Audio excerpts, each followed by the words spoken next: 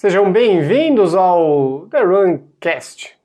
Eu sou o Emílio que vos fala, e se você está por aqui, você também está acompanhando no YouTube. Então pode ser que você esteja me vendo ou você está me ouvindo. De qualquer forma, deixa o like no vídeo. Se você não está inscrito no canal, se inscreva para receber o conteúdo quase semanal. Pô, semana passada faltou, né? Mas essa semana chegamos por aqui. E a ideia hoje é falar sobre as coisas que eu venho aprendendo na prática com o triatlon. Eu sempre falo, né, que a gente tem que saber as coisas na teoria e tem que saber também na prática.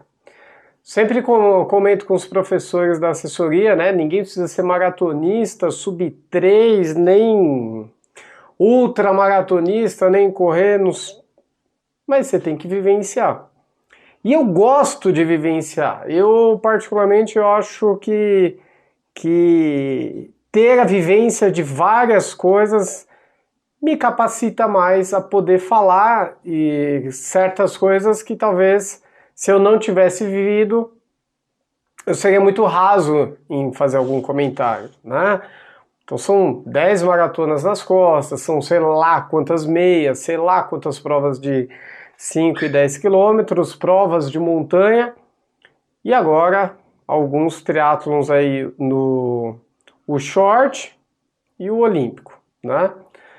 Fiz o segundo olímpico semana passada, né? As distâncias, né? Nem todo mundo sabe as distâncias.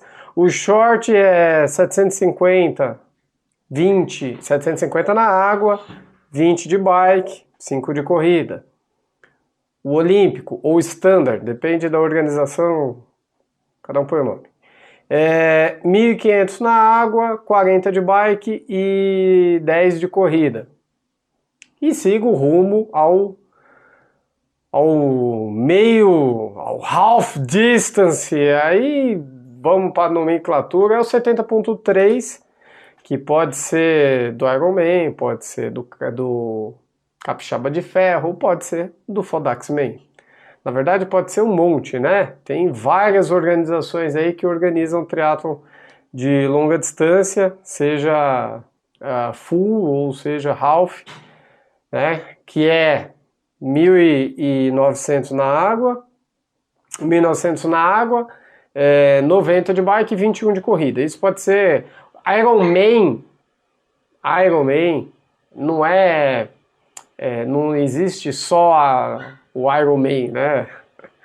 A distância do Iron, né? O triatlon completo, ele é 3.800, 180 e 42, né? Ironman é uma marca, né? E lógico, é igual o Gillette. Você não fala barbeador, fala Gillette, né? Coisas que acabam levando o nome da marca. Enfim, o que eu venho aprendendo na prática com esse negócio todo, né? Eu sempre falo muito, e não é de hoje que eu falo muito sobre consistência, sobre disciplina, sobre regularidade. Eu tenho até regularidade, né? Eu tenho um aluno, vira e mexe, ele comenta alguma coisa. Tinha um aluno, né? Foi meu aluno há uns 12 anos atrás. Que até esses dias ele comentar falar, Emílio, tô buscando a regularidade. É um negócio que não é de hoje que eu falo, né? Não é de hoje que eu insisto tanto nisso. É um negócio que é uma necessidade. História do que eu comentei outro dia. Você não pode ser um atleta numa semana e um sedentário na outra. Esse vai e volta não te leva a lugar nenhum. Eu entendo, cada um tem seu piano, todo mundo tem suas dificuldades, mas, né, você não está ganhando, você está perdendo mais do que está ganhando, né? Então, só que além disso, além da disciplina que o triatlon ele exige de mim, ele faz eu entender melhor na prática como que as coisas funcionam. Sempre falo muito sobre zonas de treino e a ideia hoje é falar um pouquinho sobre isso. Se você está acompanhando pelo Spotify, não fique chateado comigo porque eu vou desenhar aqui na lousa, mas eu vou seguir falando de uma forma onde você possa entender muito bem, né? Quando a gente fala sobre as intensidades do treinamento, quando a gente fala sobre as zonas de treino, já falei aqui, fisiologia ela divide isso em 3 domínios de intensidade, né? Vamos colocar isso, né, como 1, 2 e 3. Não vou nem entrar no mérito de moderado, pesado e severo. Vamos colocar como 1, 2 e 3.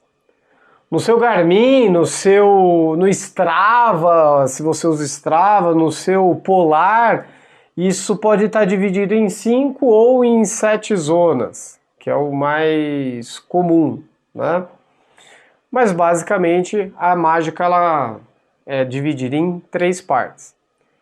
E o que interessa pra gente é sempre, óbvio, não é só o que interessa, né? Mas a grande magia do negócio é entender o ponto onde eu saio de uma atividade difícil, né, que seria a zona 2, e parto para a zona 3. Esse momento aqui de transição entre as zonas é a grande mágica, né? É onde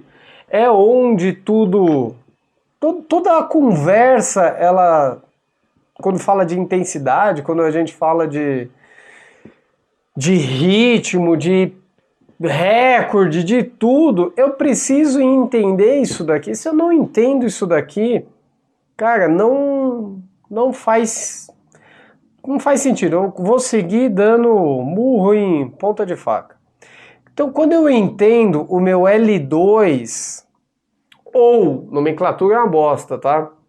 Nomenclatura teve um artigo, algum professor apresentou alguma vez, eu não lembro, são mais de 20 nomes.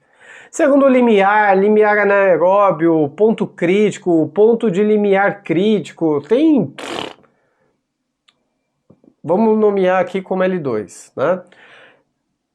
Se eu entendo aqui o meu L2, ou melhor, se eu entendo a porcentagem que isso representa, se eu entendo, bom, vamos lá, eu estou buscando uma atividade de longa duração, certo? Estamos aqui falando sobre triatlon, sobre corrida, posso falar sobre ciclismo, sobre natação, sobre remo, atividades aeróbias de longa duração. Entenda, longa duração, passou de 1 minuto, é tudo longa duração. Enfim, eu tô aqui, eu entendo onde é o meu 100%, eu entendo isso daqui, eu consigo entender o que acontece dentro de cada zona. Quando a gente divide lá, né, quando o Garmin, o Training Peaks, qualquer coisa que seja, divide isso em mais zonas de treino, é simplesmente para que isso fique fácil de entender. Porque você entendendo este momento aqui, você entende que acima do seu 100%, você tem diferentes manifestações, não manifestações, você tem diferentes... Pode ser manifestações a palavra. Mas você consegue entender que você vai ficar dentro dessa zona um determinado tempo. Quando você entende isso, você vai entender que mais para baixo você fica outro tempo dentro de cada zona, certo? Eu não posso imaginar que vamos colocar um número aqui, a 102% do meu máximo, não posso imaginar que eu vou ficar o mesmo tempo que a 100%, certo? Faz sentido? Então aqui é um tempo menor. Se eu subo isso um pouquinho mais e fico a 110% do meu máximo, óbvio, diminuir mais ainda o tempo de atividade, certo? Vai fazendo sentido a coisa? Calma aí que vai fazer muito sentido daqui a pouco. Na hora que eu aumento ainda mais o meu tempo de atividade, eu vou cair, desculpa, na hora que eu aumento ainda mais a minha intensidade, eu vou cair ainda mais o tempo, certo? Naturalmente, quanto abaixo do meu 100%, eu tenho que olhar isso de uma forma diferente. A 96%, a 92%, a 85% e a 75%. São tempos diferentes que eu vou ficar aqui, certo? Na hora que eu diminuo a intensidade, eu fico mais tempo. Faz sentido? Se aqui é o meu 100% e aqui eu fico, fiz um teste, fico, seja na bicicleta, seja na corrida, seja na natação, eu fico um X tempo, quanto mais intenso, menos proporcionalmente desse X tempo eu ficaria. E aqui eu conseguiria ficar mais tempo. Tá fazendo sentido? O que isso quer dizer e o que o triatlo, o que a vivência disso tudo, o que isso tem a ver? Onde é que eu quero chegar? Quando a gente pensa na corrida, e a maioria dos que escutam aqui, não é à toa que isso daqui se chama Run the Cast, para quem está ouvindo, para quem está no YouTube é o canal do Emílio mesmo. Aí, ok. Mas o lance a maioria que está aqui ouve porque corre, porque me conhece da corrida. Se a gente for falar de uma modalidade, vamos falar dos 10 quilômetros, vamos falar de 21, vamos falar de maratona, todo mundo gosta de... É sempre o negócio, né? Todo mundo quer fazer uma maratona. Maioria. Um ótimo maratonista, ele vai correr a 90, 92% do máximo dele, certo? Isso é rápido, isso é forte, isso é desconfortável. E entenda, 90 a 92%, tanto faz se esses 90 a 92% representa 3 ou 4 horas. É 90 a 92% dos 100% de alguém, tá? De qualquer forma, é rápido. Rápido pensando em 100%. A maioria das pessoas não vai correr aqui. Maioria vai correr numa intensidade menor. Maioria vai correr entre 84% e 88%, mais ou menos dentro dessa faixa. É mais ou menos onde a maioria das pessoas corre. Quando a gente fala de ultramaratona, de provas de longa distância, a maioria dos amadores vai ficar mais baixo ainda, vai ficar daqui para baixo, né? Por quê? Porque quanto mais tempo em atividade, menor a intensidade daquilo que eu estou fazendo, né? Proporcionalmente. Quando a gente fala, lógico, dos 10 primeiros colocados, são as pessoas que correm num limiar, né, numa porcentagem mais próxima do meu limiar. Se a gente pega os melhores maratonistas, 93, 94, 95%. do máximo. As pessoas normais, 92, certo? A maioria das pessoas mais baixo. E para distâncias maiores do que a maratona, provavelmente mais baixo. Faz sentido? E aí, o que isso quer dizer? O que isso tem a ver com triatlon? Se eu pego o melhor triatleta do mundo, ele ganha uma maratona pura, exclusivamente uma maratona pura, não ganha, né? Meio óbvio. E não tem nada de errado com isso. Por quê? Porque o sujeito que é o melhor maratonista do mundo, ele se desenvolveu dentro do 100% dele, dentro das modalidades dele, para trabalhar em cima de 3 coisas. Ele trabalha em cima de 3 disciplinas. Logo, a corrida dele, ele pode fazer numa intensidade alta, ela pode ser feita numa porcentagem alta, porém, o 100% dele da corrida do triatlon é diferente, e é por isso que eu não posso usar a mesma medida, ou usar só uma medida, do que a corrida dele com 3 modalidades. A corrida seca, como se diz, ela está aqui, pensando em 100%, pensando em uma única variável. É meio óbvio isso, mas é que às vezes isso acaba fazendo pessoas tendo essa dúvida, né? Por que o cara não corre tão bem quando faz as 3 coisas? Porque o desgaste gerado entre as modalidades, de uma modalidade para outra, esse desgaste, meio óbvio, mas ele é acumulativo.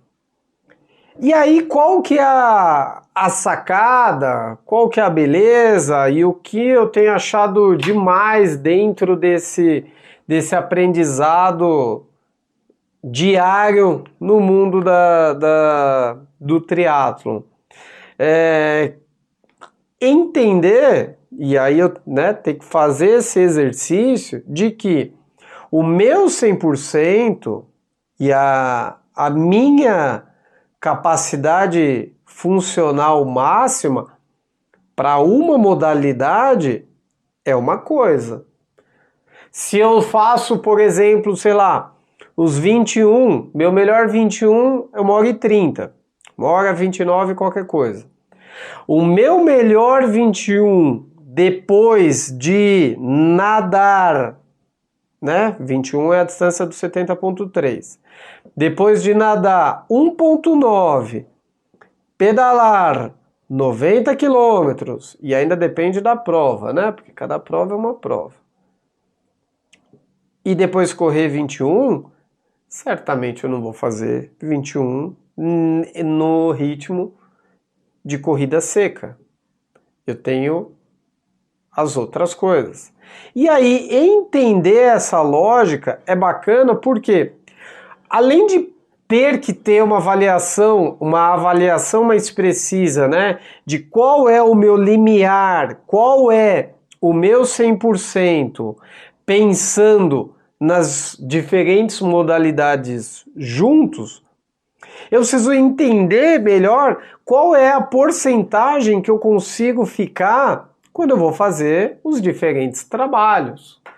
Num simulado, numa prova de olímpico que eu tenho feito, num sprint e, consequentemente, nas outras provas que eu ainda vou fazer. Então, qual é a porcentagem? E aí, esse tem sido um exercício bacana. Qual é a intensidade que eu consigo fazer da natação? Qual é a intensidade que eu consigo fazer da bicicleta, que é onde eu tenho mais dificuldade? Qual é a intensidade Eu errei aqui nos finais, aqui era um quadradinho, viu? Você tá ouvindo aí, você não viu eu errar, mas quem tá vendo viu. Qual é a intensidade que eu consigo colocar na corrida? E achar este ponto de equilíbrio aqui tem sido um exercício muito legal. Por quê, né? A natação, além da variável psicológica, pô, você está no ambiente aberto, isso é complicado, né? Qual a intensidade que eu consigo colocar ali no tempo que eu tenho? Isso sem falar das condições de prova, sem falar se é mar, se está quente, se está frio, se é represa, o que é. Qual a intensidade que eu consigo fazer? Qual a intensidade que eu consigo fazer na bicicleta? Tem subida, não tem subida, é reta, é plano, tem vento, não tem vento, tem chuva, não tem chuva. Qual a intensidade da corrida? Tem subida, não tem subida? Então é muito legal aprender isso de novo, né? Porque na corrida para mim é muito fácil. Quando eu olho as coisas, quando eu vejo, quando eu vou planejar qualquer treino para os alunos, quando eu vou montar qualquer estratégia de prova, é muito fácil para mim. Eu não vou ser falso modesto, não. É muito fácil para mim. Eu vejo as coisas, eu consigo olhar além e entender. Putz, eu sei o cara que vai fazer a prova aqui, eu sei o cara que vai fazer aqui, eu sei o cara que vai fazer aqui. Consigo ter isso muito bem desenhado, só de olhar uma planilha, só de saber quem eu acompanho, só de olhar as coisas. No triatlo não dá para ser, ainda não dá para ser assim. Ainda precisa estudar mais, precisa aprender mais e precisa vivenciar mais, né? E eu acho ótimo a leitura, acho ótimo vídeos, acho ótimo aulas, mas eu acho ótimo a prática. Tirando que é um cuidado com a minha saúde, né? Porque a gente estava falando de exercício físico, não de competição, de ganhar, porque, vamos combinar, eu não vou ganhar nada, mas tentar jogar isso daqui, tirar isso daqui da teoria, colocar isso na prática e sentir, puta, de fato, a natação eu consigo um pouquinho mais, a bicicleta ainda tá ruim, não dá, preciso melhorar muito. Na verdade tá errado, viu? Não é nem aqui, ó. Minha bicicleta é mais pra cá ainda, né? Dependendo ainda, pode ser até menos. A corrida eu sei que dá pra forçar um pouquinho mais, porque é onde eu tenho um pouquinho mais de facilidade. E aí entender isso, planejar os treinos meu e dos meus alunos do triatlon, organizar isso tem sido um exercício muito legal. Além de, né, trabalhar a consistência, trabalhar a disciplina, trabalhar essa parte que eu acho tão importante de meta, de objetivo, entender isso daqui, jogar isso daqui, tirar da teoria e sentir isso na prática tem sido um exercício muito legal. Por que eu tô falando tudo isso? Sei lá, deu vontade. E é lógico, né, deixar o convite. Pô, tem gente que eu vejo se arriscando, né, pô, começa ali, tá correndo, começa ali uma bicicletinha, começa ali uma natação aqui, acolá. Vamos treinar? Vamos melhorar isso daí? Vamos organizar isso daí?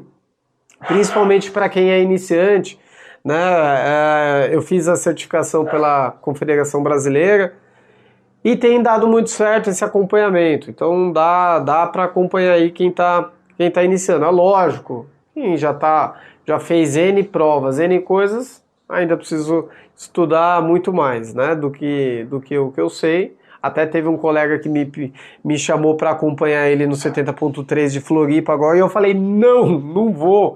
Preciso aprender mais, né? Preciso ler mais, vivenciar mais, para aí sim poder dar esse passo, né? E aí, para finalizar, queria deixar um recado. Quando a gente ouve, às vezes, falar sobre triatlon, sempre tem... E eu já ouvi isso lá atrás, ouço isso até hoje, E vejo isso até hoje nos Instagrams alheios, na internet. A internet é ótima para você encontrar muita coisa boa e também muito fácil de você ver muita besteira. Quando a gente fala de triatlon, tem várias premissas, né? Muita gente acha que precisa ter uma bicicleta mágica de 50 mil. Muita gente acha, é igual a corrida também, né? A corrida tem gente que acha que o tênis corre sozinho, então precisa ter um tênis de placa porque ele vai correr sozinho, né? Tem gente que acha que quando, né, vê a roupa de borracha, eu tenho que ter a roupa de borracha. Eu tenho o quê? Eu tenho que, vamos por ordem, ter a roupa de borracha, eu tenho que saber nadar incrivelmente bem, eu tenho que ter a bicicleta mágica de triatlon de 50 mil, e aí, lógico, né? Com isso eu tenho que ter o capacete, eu tenho que ter a sapatilha X, eu tenho que ter o potencímetro, eu tenho que ter, sei lá mais o que, meia aerodinâmica. Aí você vai para a corrida, sobrou só o tênis de placa, né? A corrida é mais fácil, só o tênis de placa. E aí o recado que eu queria deixar é o seguinte: você não precisa de nada disso. Muito menos também saber transição, sabe? Fazer toda uma mágica para sair da bicicleta, para montar na bicicleta. Não precisa de nada disso. Você precisa ter vontade. Precisa estar afim de fazer algo. Precisa nadar um pouquinho, começar a vivenciar águas abertas, porque é muito diferente de nadar na piscina. Então é importante ter a vivência. Se você tiver uma CC, você pode pedalar. Você não precisa ter uma bicicleta mágica. Você não precisa ter uma sapatilha. Você não precisa nem pedalar de sapatilha. Você pode pedalar de tênis. Você também não precisa chegar ali na transição e sair dando um duplo mortal carpado, guardar a bicicleta e sair correndo.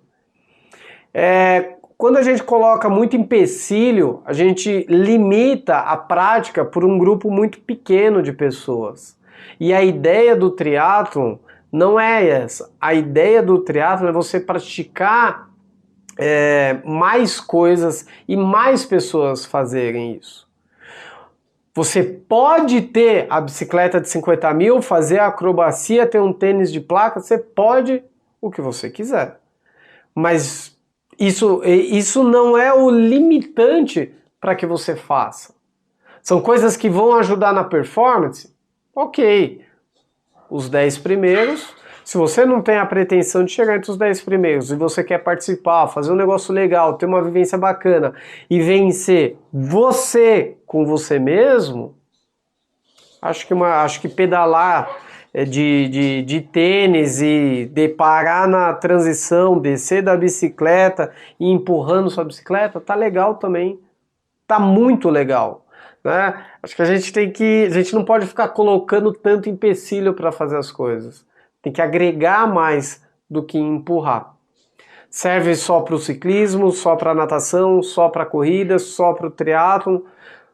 Na corrida, eu não tenho que correr a 4h30, ter o tênis de placa, tomar gel de 30 tipos. Tenho que nada. Com o básico e muito mais com vontade, você vai muito mais para frente do que tendo um monte de coisa. Conheço gente que tem bicicleta de 40 mil que vive encostada. Gente que paga 2 mil no tênis, que corre uma vez por semana. É só para ter? Ok, você pode ter. Você pode ter? Você pode ter, mas não é isso que determina a sua vontade, não é isso que determina o seu sucesso ali. Tem que ter vontade, tem que ter disciplina, tem que ter regularidade. Não é só o que você tem. O que você tem, pensar só nisso é muito raso, é muito fraco isso. Beleza? Bom, espero que todo esse blá blá blá tenha feito sentido para vocês. Se vocês estão ouvindo isso aqui no Spotify, deixa e se inscreve aí.